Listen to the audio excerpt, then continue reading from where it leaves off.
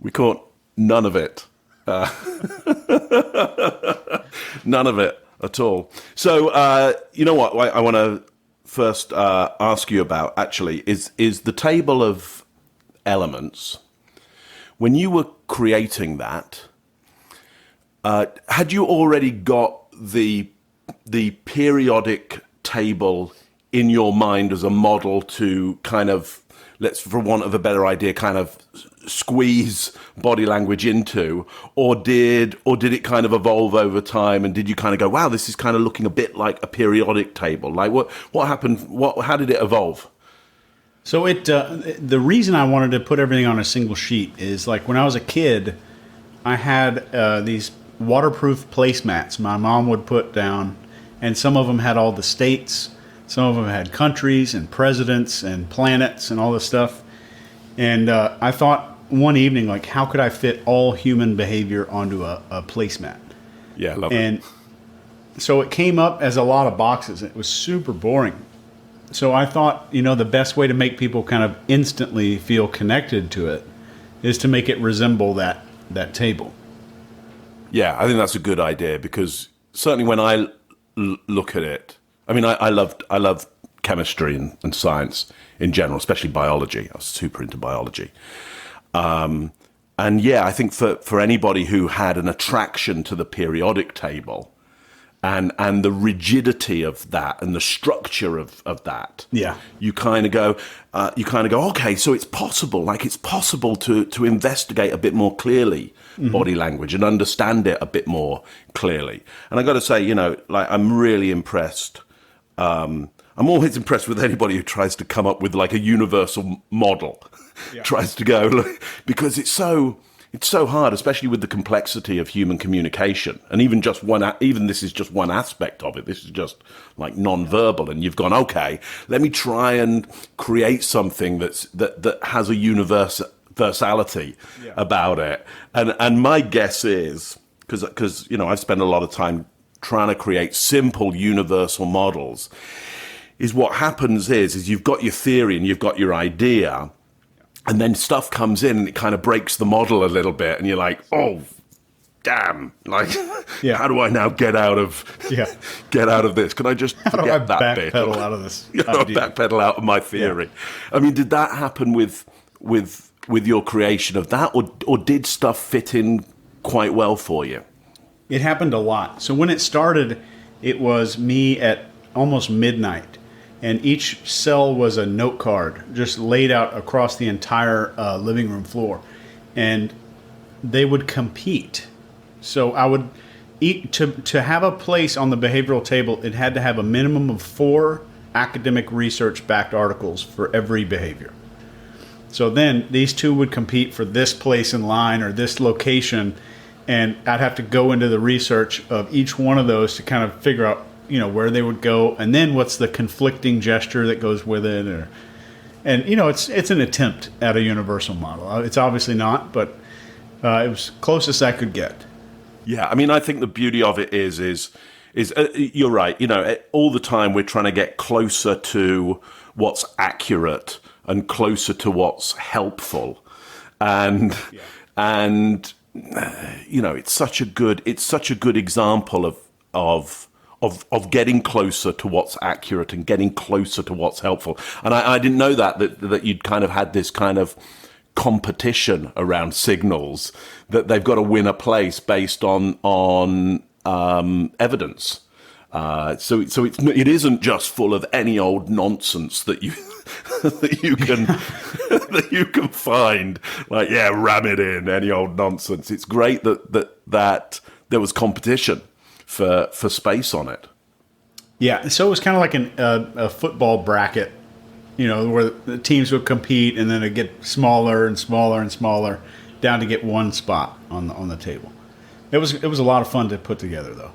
Yeah, I love it. Working with that, I did it on Excel, Microsoft Excel. Yeah. And that was a nightmare. Just the formatting of each little box and stuff, because I'm not very good at it. Right. So eventually I found a periodic table online in Excel, and just after a year of trying to format this thing and paying people to try to format it, I just found one and just copied it. Right.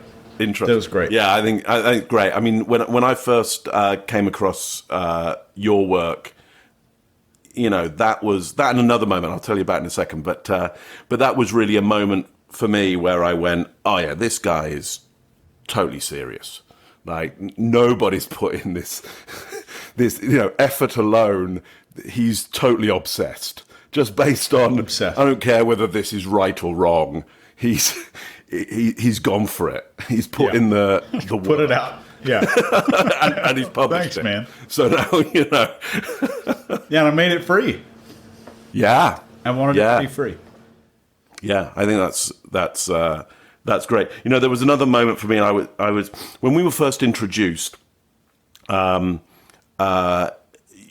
work wasn't hugely kind of publicized. You were still, I think, in the services at that point, and yes. and I think we met up when you were still in the services. Is that what you call it, in the services? Is that Yeah, active duty. Yeah. Active duty. Okay. Yeah. And so I did a little bit of research, and I found a really interesting video of you. It looked to me like one of the first videos you'd ever put on YouTube, which was you coming out of Colgate. Oh yeah. Yeah. And saying, and I'm not quite sure what the group is that you were talking to, but basically you were going, I've had a few days looking through some papers and I've found some correspondence between Ericsson and a bunch of other people. And at that point I was like, okay, this is probably a fairly serious person. They've actually made the effort to go and try and find some letters and other documents from, Ericsson to whoever, and what was really interesting is me going, oh, and he's actually seriously super excited by that. Yeah, I was. It was such a cool trip too. Yeah, I was able to get, I think it was 36 cubic feet of documents. What I love is that you've measured it in feet. Yeah. Anybody else would go, there were X amount of pages, but you've decided to put it into cubic feet. That was the library's doing. Oh, really? Was it? Okay. That's the only reason I remember that. But man, that was such a cool trip, and I felt like first time, I kind of felt like a little investigator, like I was digging into a cold case, and that's why I did it. It was worth the trip. It was a 6-hour drive up there, and I had the library put everything to the side, and it was fantastic. That's brilliant. But I think it was at that point that I, looking into you, and I was going, okay, here's somebody who is a fellow obsessive in fascinated, somebody who's fascinated by this stuff. I felt the same way. I watched your TED Talk long before we met. Yeah. And even before I knew that you lived in Toronto. Yeah. Or Toronto, as they say up there. I can't even say it properly. I still say Toronto. Yeah. And just watching your TED Talk, man, I felt like this guy is not like the other body language experts that we see on Facebook and stuff that are doing analysis. And looking you up and realizing that most of your ideas came from an evolutionary perspective is really what endeared me to all of your work. And because I think that's the basis that we should view everything. That should underscore all of our discoveries. Yeah, I mean, certainly from my point of view, the evolutionary psychology lens model just makes so much sense to me. And it makes sense to me not only from an evidence point of view, but it's just helpful. And I think it's accurate. It's accurate and helpful.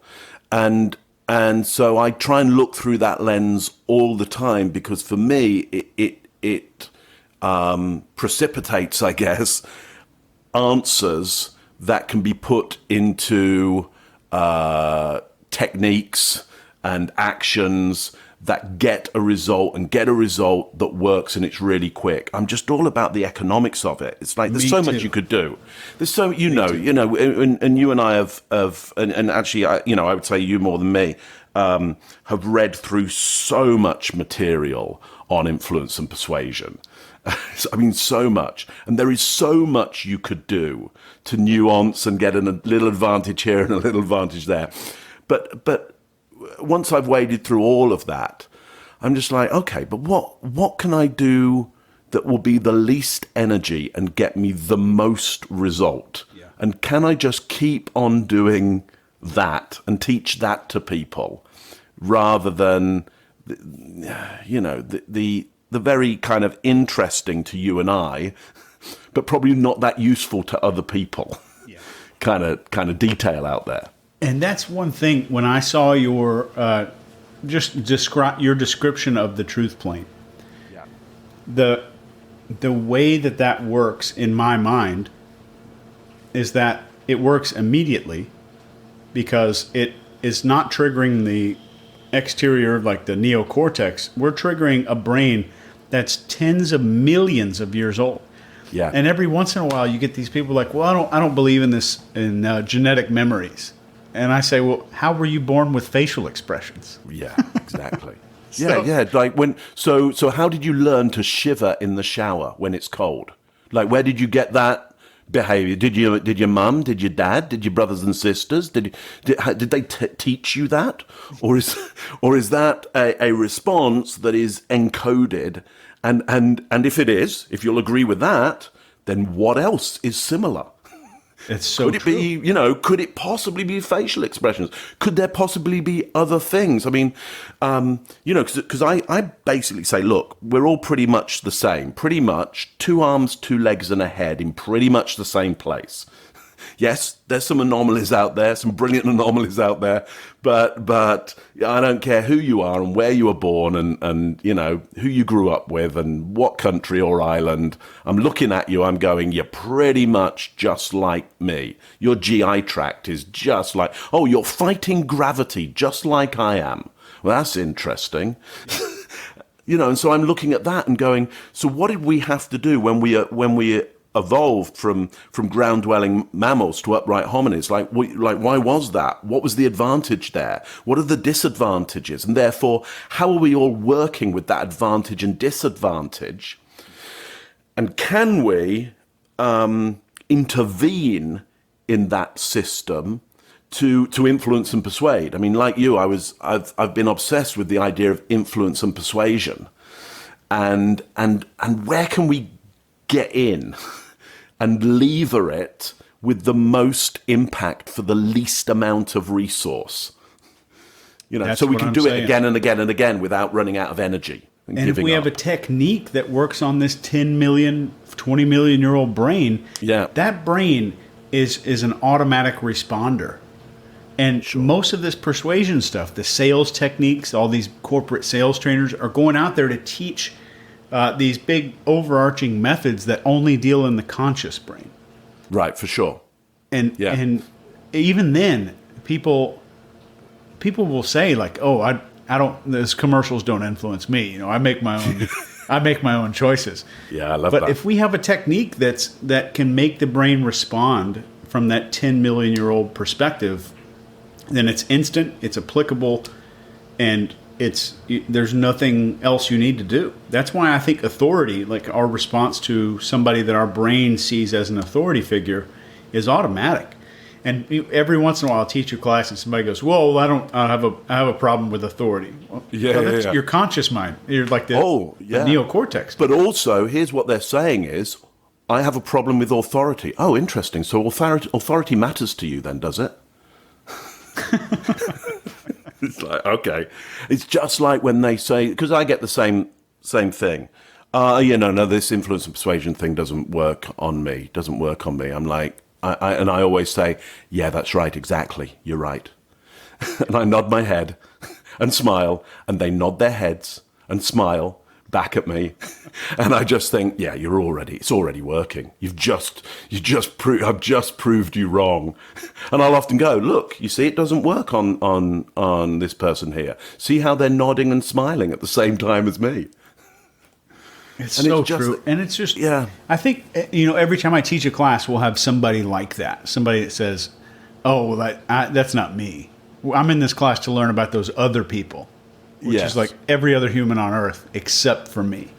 Like I don't fall into these categories. Well, and I think, I don't know what your experience of it is, but I think when I was first looking around in this area of influence and persuasion, one of the most interesting ideas that I came across, I can't remember who it might have been Bandler, it might have been Richard Bandler saying it, which was in order to be able to influence and persuade, you must be able to be influenced and persuaded.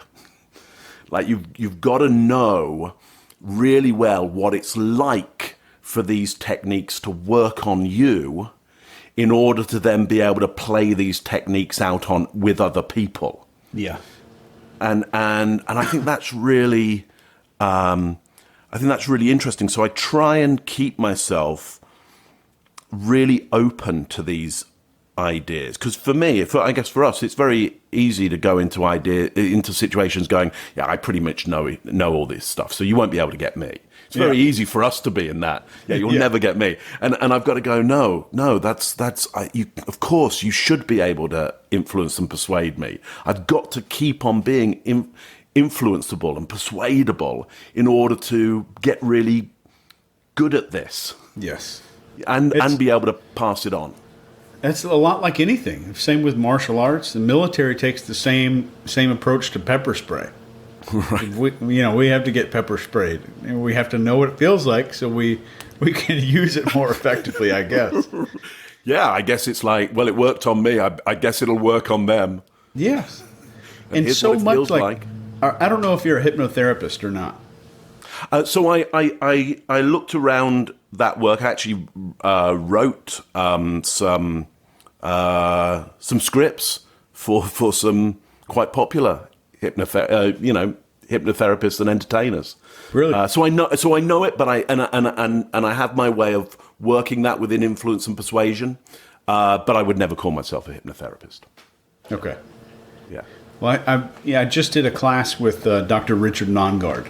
Out in Tennessee. It was his master hypnotherapy class. And it's so interesting to note that it works. It's basically a human becoming a placebo for another human. Mm-hmm. And it's like 80% of that is confidence. So if someone influences me and it works on me, and then I'm doing that to somebody else, that confidence does play a major role. So that's probably another facet of that, like just that I get influenced, and it helps me to kind of go forward and do it to somebody else. Yeah, you're right. So the nearest I get, and it's pretty close, is within one-to-one training that I do, where really, I mean, yes, there's passing on techniques to people, and the training is usually about them being calm and assertive and having authority and being seen as a great leader or being able to sell sometimes, but it's mainly around leadership and how they present themselves and how they present content. So really, you might call it presentation skills is usually what they're coming around. But really what I'm trying to give them is the ability to influence and persuade themselves into a state of real confidence that helps their audience, that helps the people they're trying to lead. And so, often I absolutely am using what we might call hypnotic effects in order to help them get there really quickly. So we don't have to spend months and months and months doing this. We can get there in 5 minutes' time. And they go, God, that feels better. That feels better. It's like, yeah, you're right. It does feel better. What you said there, that really, I'll use metaphor. I'll use many of the classics of hypnosis, metaphors, reframings, those kind of things.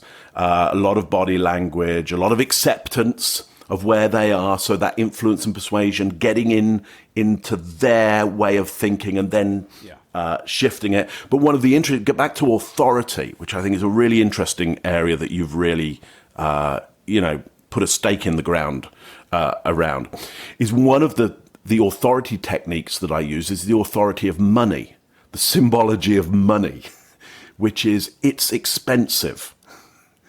It's expensive. Does that make sense? What's expensive? The sitting down in a room with me for an hour. Oh, one on one. Yeah. It's so because incredible. if it's not expensive, then well, will it work? If it's cheap? It's just, I mean, No, it's think really expensive. think about like when somebody's browsing on Amazon for something that they want and they see something that's extremely cheap. They pass by, they're like, that's only $12. Gotta be something wrong with it. Yeah, I'm gonna keep scrolling. I'm gonna find one that's more expensive. Same product, you know. Right. It's the same thing. Right, Revalue. and maybe not understanding what's happening there is they want to sell you this one thing at the cost price because you'll go on and buy another thing and add on to it. But because the mind is going, well, I've got a certain idea in my mind about a thing that would work and how much it would cost. That's how I'm going to tell whether it has authority or not. How much, because that's the only thing I've got to go on here. I've never had this product before or service or been with a person who does this thing with me. So all I've got is how much should it cost? And I've got an idea around that. And so, one of the things that I noticed really was within a certain bandwidth of therapy, of effect, let's say, the more you charged, the more attention they would pay and the better it would work. And the less you charged, well, they'd like, no, I can't make the meeting. Actually, I'm going to cancel. It's so true. And that's the same with a lot of people. Even chiropractors get better reviews on Yelp when they charge more money. And massage therapists, people will say, oh, that was a fabulous massage. If it cost $2, the same massage was just okay. Right. It's true. So true. Right. Yeah. So tell me. So, with this idea of authority, because I think it shows up in different people's ideas of influence and persuasion. I think it kind of shows up in different models, not necessarily called authority, but it kind of shows up. But I think one of the things that you've done is to go, authority. This is kind of it. I think you're saying, like, there's lots of stuff you could look at, but if you were going to gamble and you were going to lay your money on anything, you're going to lay your money on authority as being a brilliant lever for influence and persuasion. So what caused you to double down on that, if that's the right kind of metaphor? Sure. Just listen to this comparison here. All right. One of the best influencers that ever existed was Milton Erickson. If you took a guy with all those techniques versus a random guy in a lab coat at Yale, this random guy in a lab coat can talk a stranger into murder in less than an hour. And it took some great hypnotherapists or some great psychotherapists years just to get someone to deal with an eating disorder. So if that much profound change can happen in a human being to where they break apart from every social and personal and family value that they've ever possessed, they will break away from all of that in less than an hour. There's something there. And I think, 10 million years ago or a million years ago, we were little nomadic tribes here. And if we broke apart from the leader or we didn't listen to the leader, at best case scenario, we'd kind of get outcast. Worst case, we get outcast, we starve to death, and we don't have sex, and we don't have babies, and our DNA just disappears. So, I mean, all of our ancestors were able to do that. No one that's listening to this right now has an ancestor that's a virgin. Right. None of us. Right. We all made it. So that ability to do that and that kind of natural inclination to obey somebody when they trigger certain things was healthy for us and good for us. But those same triggers were present in the Milgram experiment, where somebody shocked another person to death or thought they were doing so. Okay, so open up that. Like, I totally agree. I think that's a really good comparison, and it's a really interesting comparison there. So open up that idea of authority for me a little bit.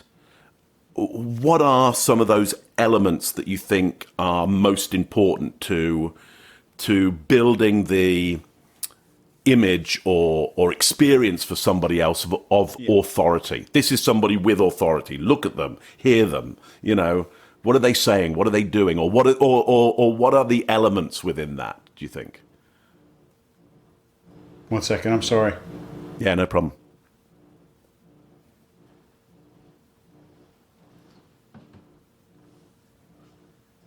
Texting.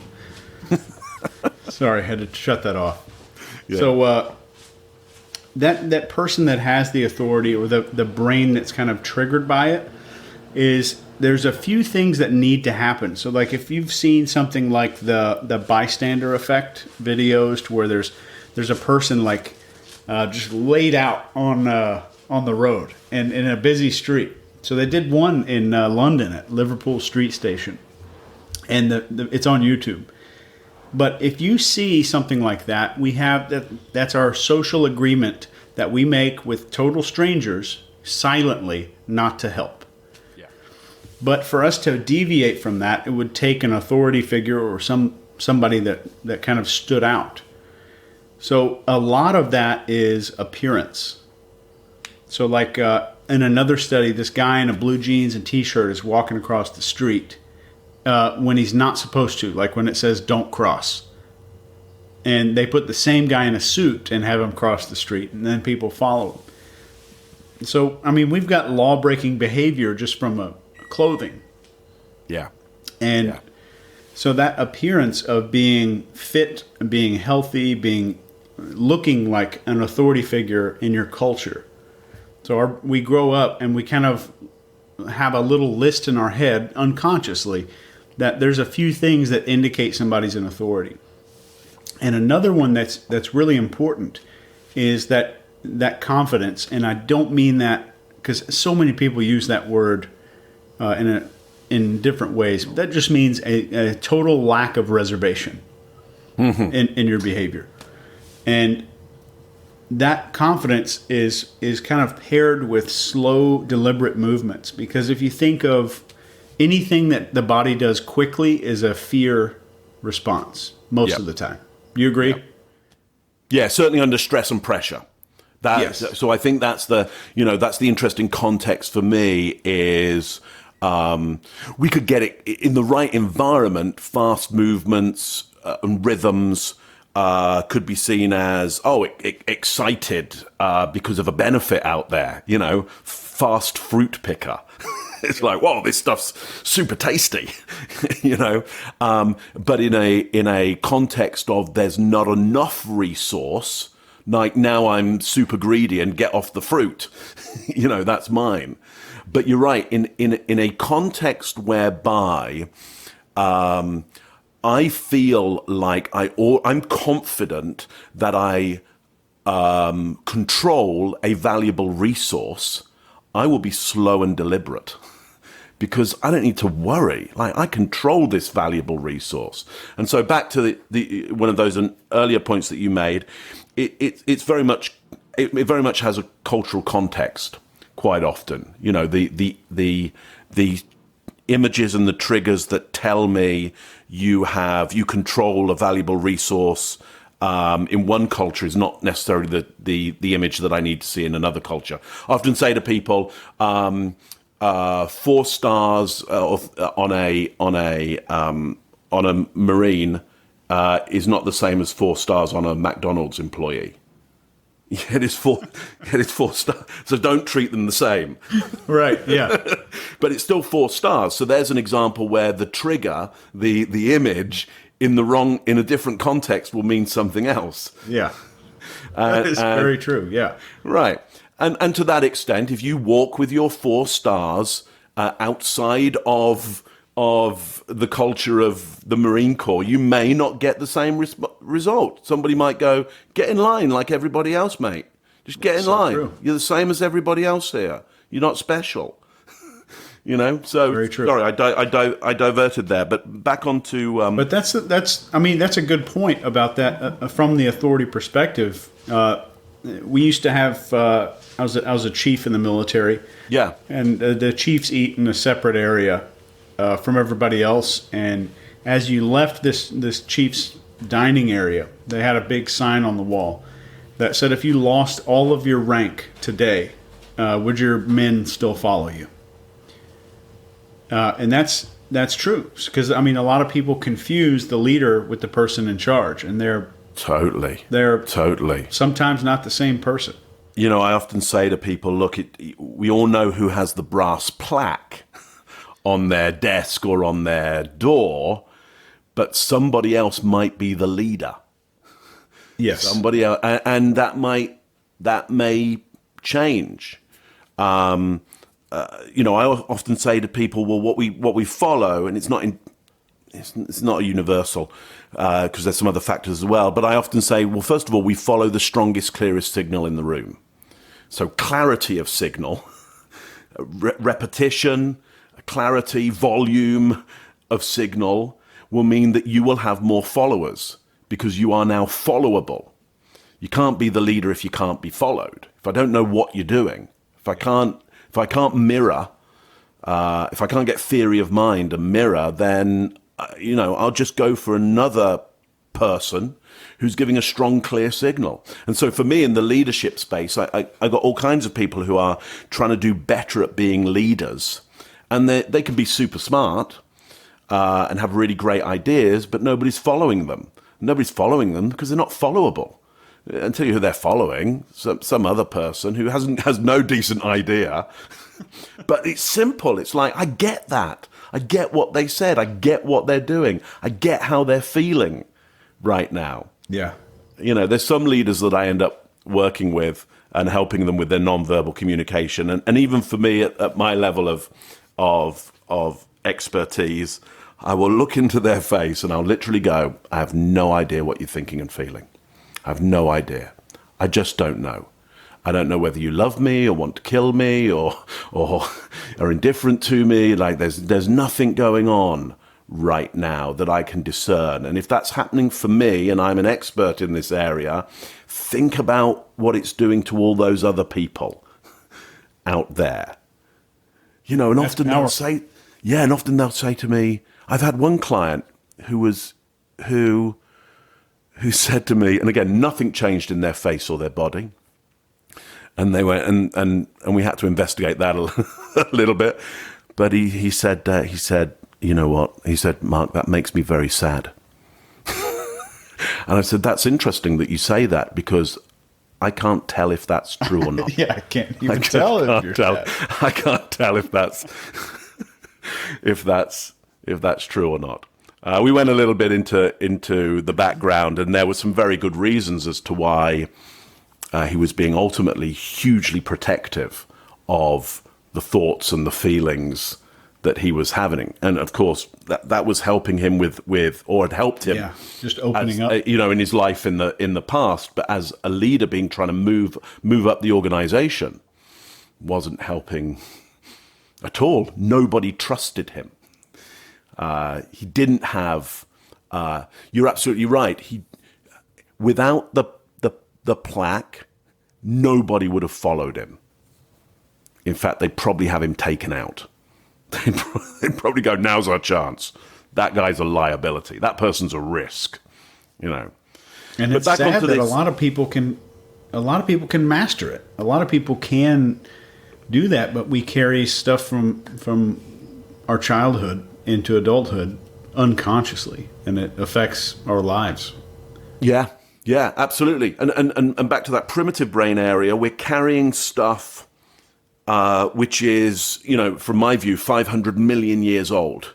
We've got some 500 million year old processes, simple, let's call them algorithms or heuristics, simple equations, whereby which save our life on a daily basis. We'd be dead without them, but they're not helpful around some of the more complex human communications that we make in our modern complexity. And I don't mean the modern complexity of having, I don't know, mobile devices. And it's like the modern complexity of the last 200,000 years. We've only had, let's maximize, we've only had agriculture maybe for about 14,000 years. So we're only just dealing with the brain's only just dealing with agriculture, let alone mobile devices. It hasn't even got its head around, you know, that kind of stuff. And that's why, like, maybe in another 50 million years, we'll inherit language like we do facial expressions. Who knows? And be able to make sounds to communicate to another human. Yeah. From age 1 week old. Yeah. But that's why, like, that the youngest part of our brain is what we think we're making our decisions with, and what we think is, responsible for everything. But that's a baby. We're teaching a baby how to talk. So back to authority and the primitive breath. So we know there's some ideas of authority which are certainly in the social mammalian brain, which we got trained in by our parents and our leaders and our culture, and sometimes those change as we go to a university, or we move cities or countries, or go into a strong culture like the services, or we have to learn these new signals, like learn this signal or get the hell out or die. But when you think about that primitive brain, that oldest part of the brain, what have you got some ideas of what you think it might be looking for in terms of this is authority? That entity over there has authority. I think we're constantly scanning. And when a person behaves in a way that they have had a massive amount of authority in their past, there's a few things that show up in behavior. And one of those is action without reservation. Mm-hmm. And that ability to connect to others is good for leadership, but leadership and authority are different things. Yeah. So another one of those things is a person who is comfortable and shows no discomfort deviating from social norms or something that everyone else is currently doing in the moment. So the smoke alarm goes off. It's the first guy that stands up and helps everybody get out of the room. Or on the street in Liverpool, it's the guy that deviates from the crowd. And then let's go back to that Liverpool Street example.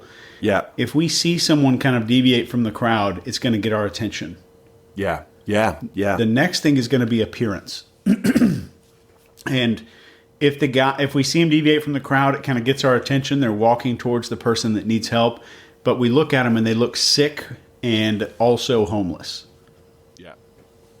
Probably not going to follow them.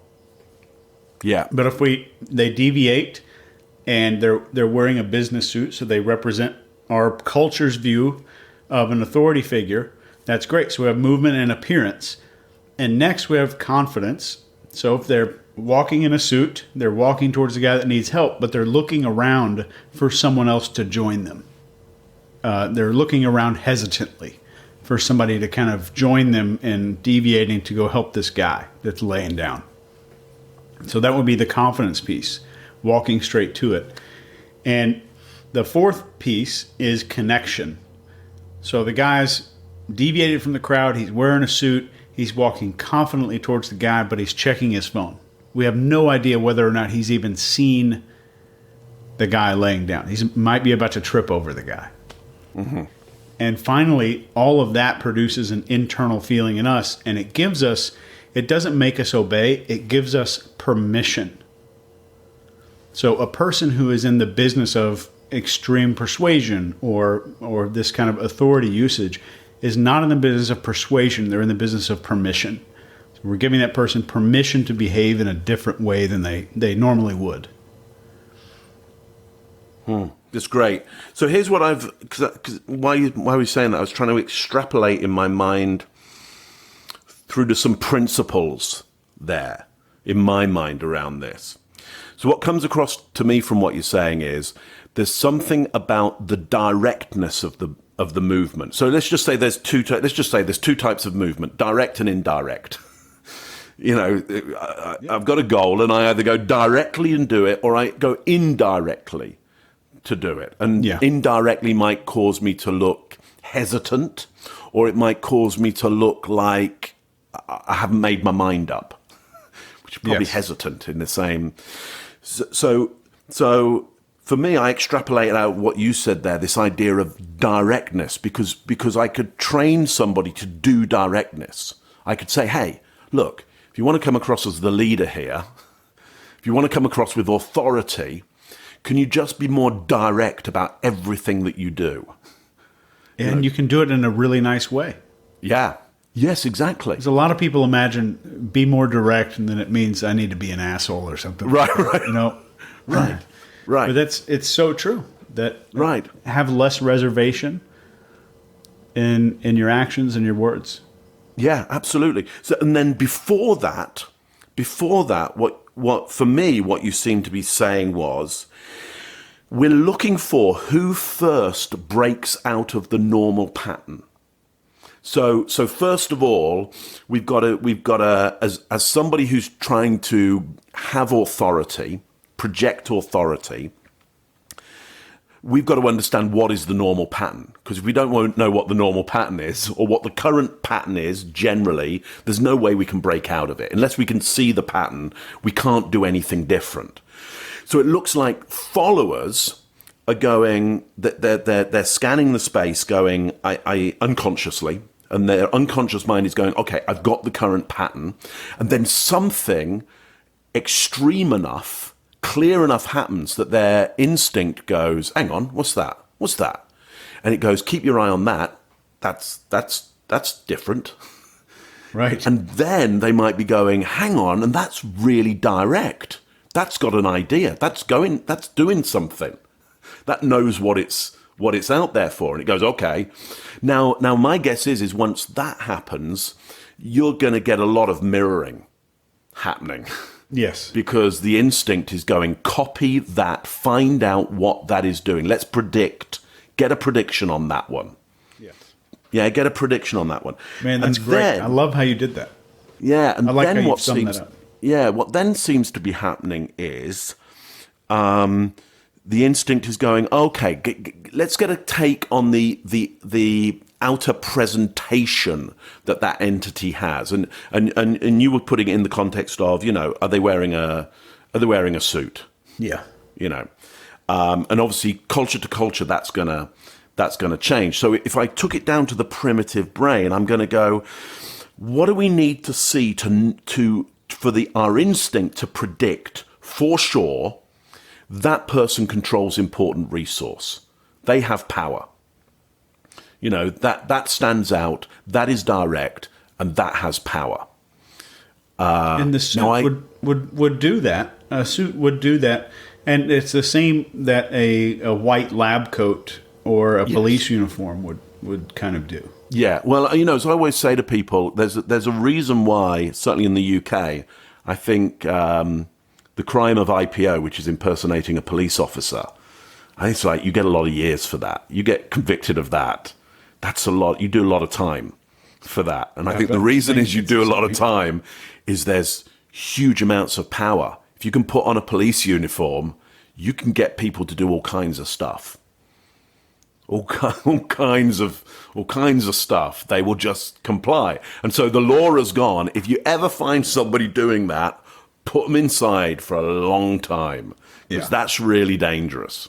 Dude, when we get off this conversation here, you've got to look up Obeying a Man in Uniform. Right. It's one of the best. I don't know if you've seen it or not. I've not seen it, no. The video is narrated by Philip Zimbardo from the Stanford Prison Experiment. He narrates the video.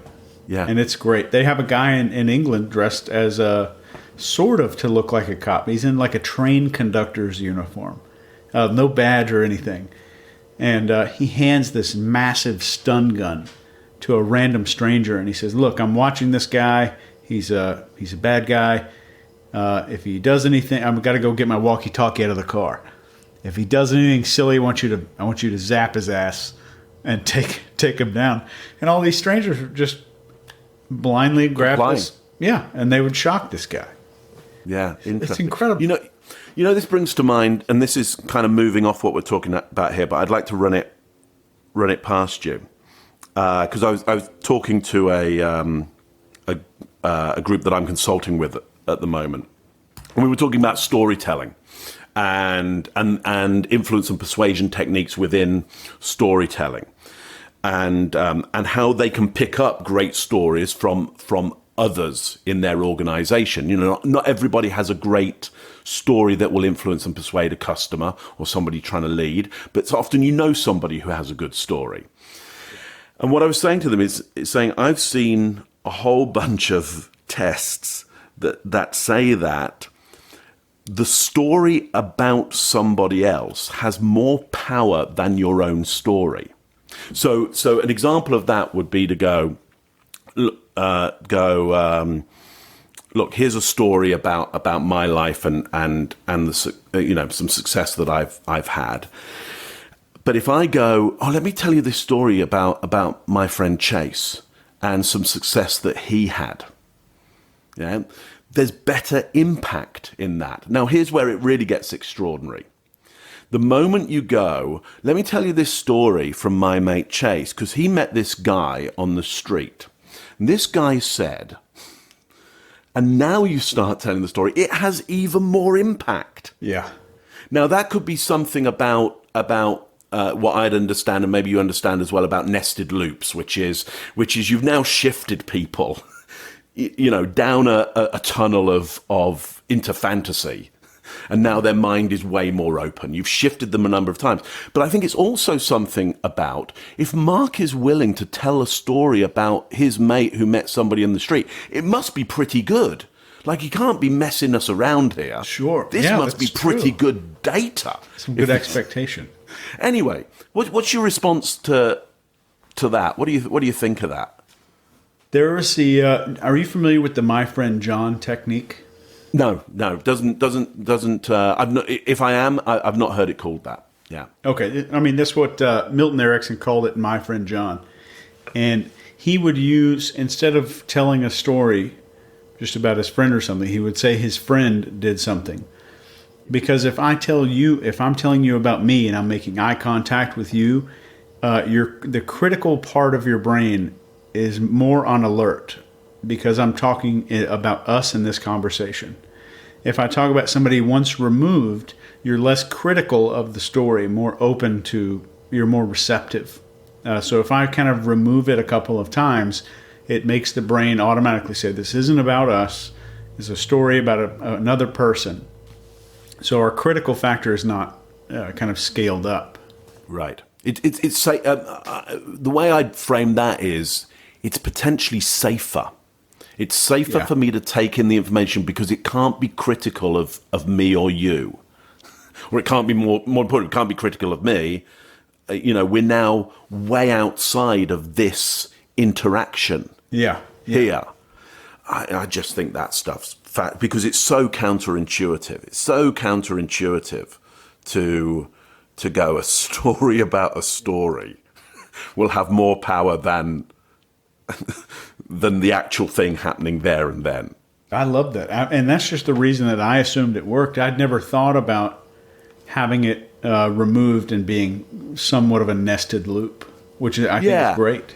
Yeah, I mean, theatre does that quite well. In some theatre pieces, they will do the play within a play. There'll be a moment where Hamlet has it. Suddenly, you know, in Hamlet, a bunch of players come on and they do a story. Now, obviously, the story is reflective of things that are going on in the actual play, and both you know, within the plot line and within the mindset of the characters. Yeah. But it's a pretty extraordinary maneuver to make, because you're kind of dropping levels of metaphor, essentially. And I think what's extraordinary is that does something extraordinary to the mind. I've been reading this finished reading it and just really exploring it now for myself. Great book by Simon Lancaster called You Are Not Human, subtitle How Words Kill. Take a look at it. I will. And it's basically about metaphor and how we use metaphor, actually in many periods of history, to be really quite damaging to large groups. You know, it's how you get. He would be saying metaphor is how you get groups of people to do awful things to other groups of people. Wow. And what's interesting about what Did he says use there... the Nazi example of the... Yes, he does. Yeah, the rats, calling them rats? Yeah, absolutely. Rats, vermin, virus. Wow. Yeah, absolutely. It goes in depth into that, and creates an interesting... You've got a great model, interesting hierarchy, which is you got like the unseen kind of stuff that affects us, those viruses, and unseen like demons, and so you demonize people. It's like they're evil. Yeah, it's like it's because the evil is untangible. It's nothing that we can say, well, get the evil up in front of us so we can see it. So I can't, if somebody says, well, they're evil, it's like difficult for me to check that out. It's like, well, how do I measure that? How do I get that on display? And that's the base. Well, that's the base. Like you can go right down to they're just evil. And then you've got, well, they're vermin, they're a virus, they're dogs. So you've got a hierarchy of animals. They're just cattle. Then below that actually you got plant life. So they're a vegetable. There was a study of how much easier it was to get a sample group to agree to somebody's life support being shut off if you use the metaphor of they're in a vegetative state rather than they're in a medical coma. Wow. It's like both things are the same. You just call one of them a vegetable. It's like, because they're not even an animal anymore. Not even an animal anymore. Yeah? I'm going to get that book today. Honestly, it's brilliant, and it's extraordinary. It's one of the best books that I've read in a number of years. And I guess you're like me, is that we try and get through a lot of stuff, and some stuff is really exciting, and some stuff is like, okay, this is really exciting. Anyway, and then he builds it up. Yeah, and he builds it up, and let's go to the top of the hierarchy, which is angels and gods and stars. So they're a star. So metaphor's interesting because, as he says quite rightly, it's a trick on the brain. We're calling something that it is not. And the brain just goes, okay. If I go, they're vermin, the brain goes, all right, okay, yeah, the rats, yeah.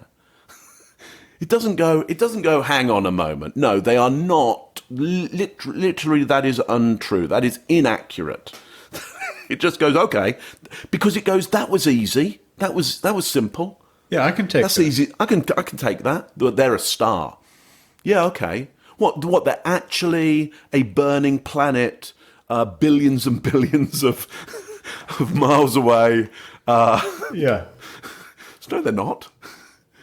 That is really cool. Yeah, I'm going to get that book.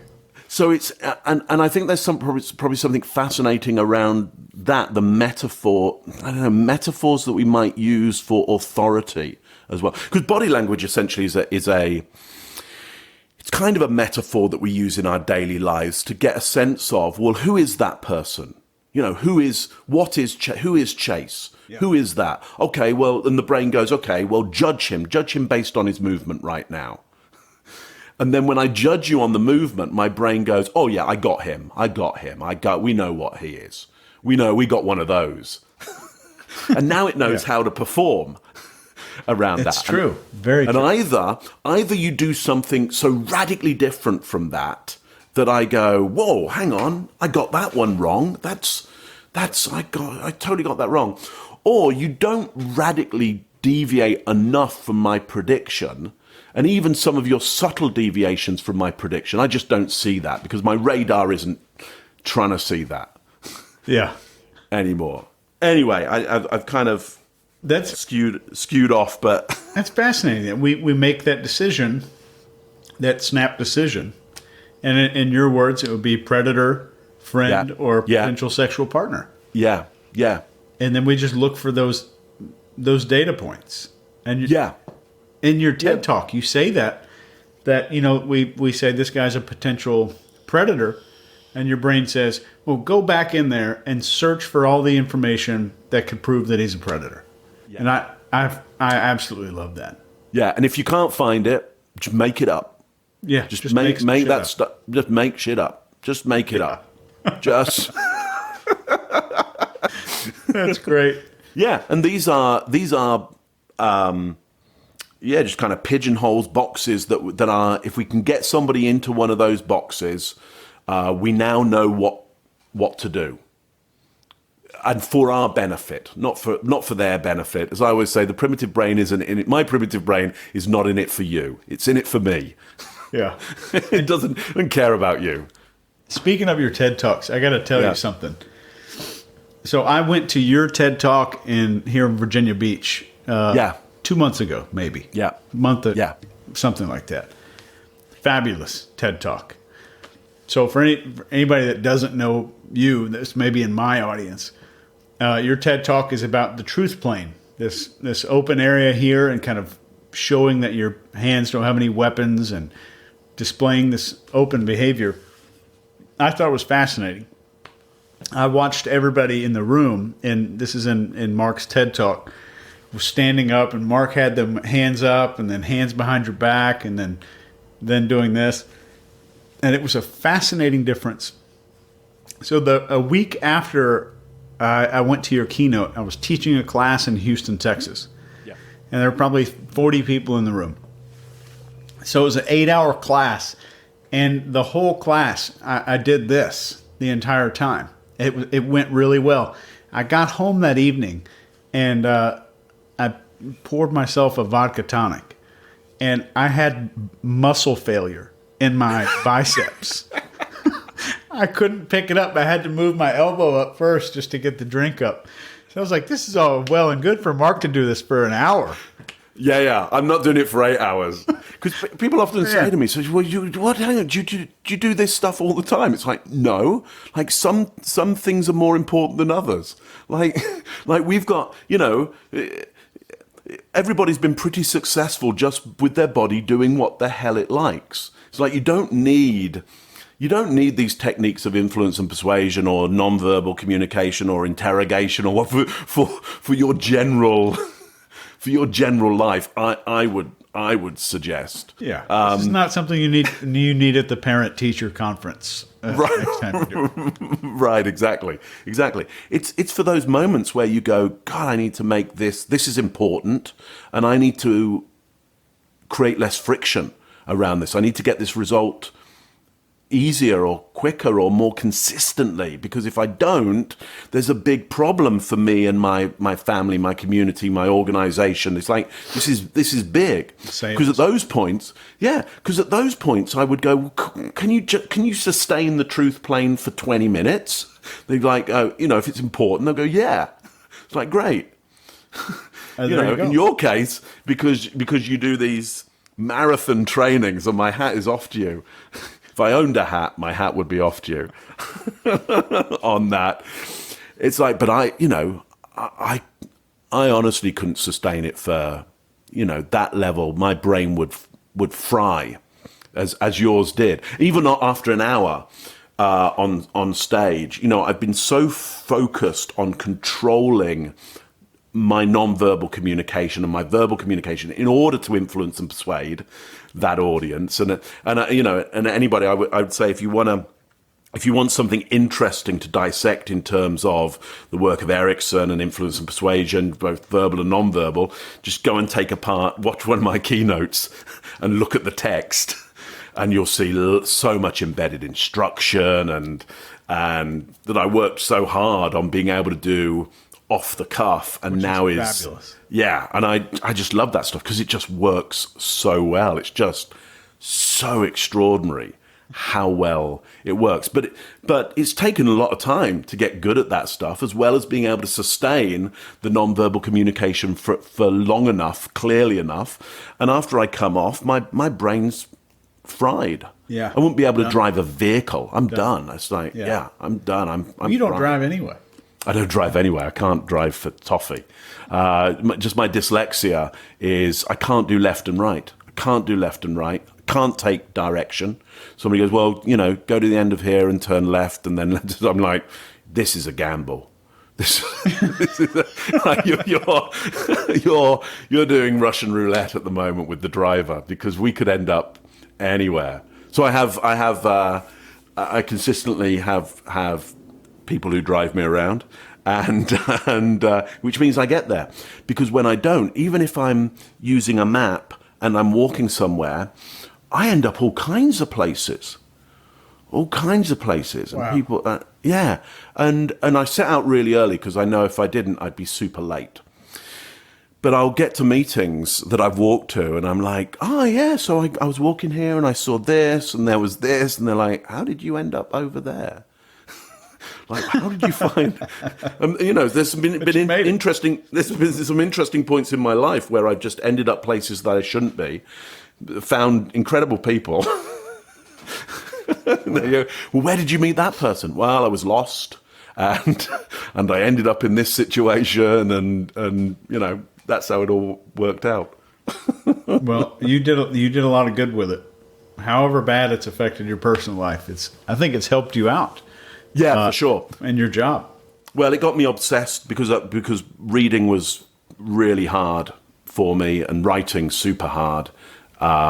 It got me obsessed with imagery, got me obsessed with pictures and how pictures affect people. I learned to reading Asterix the Gaul, Asterix and Obelisk.